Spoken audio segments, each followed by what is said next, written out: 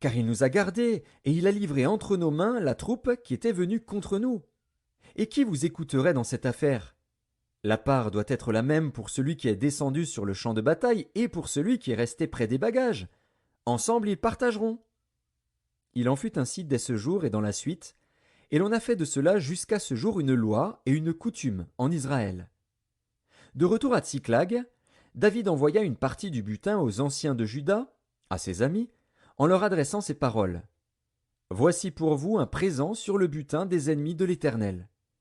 Il fit ainsi des envois à ceux de Béthel, à ceux de Ramoth du Midi, à ceux de Jatir, à ceux d'Aroer, à ceux de Siphmoth, à ceux d'Eshtemoa, à ceux de Rakal, à ceux des villes des Jérakméélites, à ceux des villes des Kéniens, à ceux de Horma, à ceux de Kor Hachan, à ceux d'Atak, à ceux d'Hébron, et dans tous les lieux que David et ses gens avaient parcourus.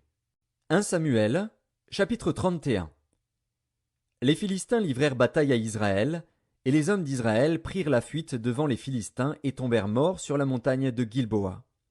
Les Philistins poursuivirent Saül et ses fils, et tuèrent Jonathan, Abinadab et Malchishua, fils de Saül. L'effort du combat porta sur Saül. Les archers l'atteignirent et le blessèrent grièvement. Saül dit alors à celui qui portait ses armes, « Tire ton épée et m'en transperce, de peur que ces incirconcis ne viennent me percer et me faire subir leurs outrages. » Celui qui portait ses armes ne voulut pas, car il était saisi de crainte.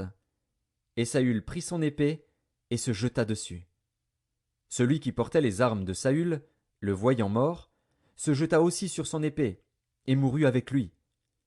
Ainsi périrent en même temps, dans cette journée, Saül et ses 3 fils, celui qui portait ses armes, et tous ses gens.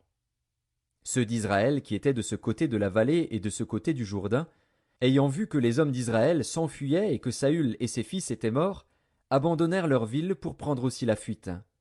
Et les Philistins allèrent s'y établir. Le lendemain, les Philistins vinrent pour dépouiller les morts, et ils trouvèrent Saül et ses 3 fils tombés sur la montagne de Gilboa. Ils coupèrent la tête de Saül et enlevèrent ses armes. Puis ils firent annoncer ces bonnes nouvelles par tout le pays des Philistins dans les maisons de leurs idoles et parmi le peuple. Ils mirent les armes de Saül dans la maison des Astartés, et ils attachèrent son cadavre sur les murs de Beth-Shan.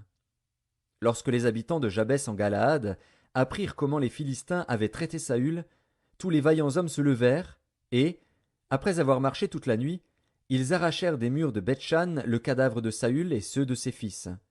Puis ils revinrent à Jabès, où ils les brûlèrent. Ils prirent leurs os et les enterrèrent sous le tamarisc à Jabès.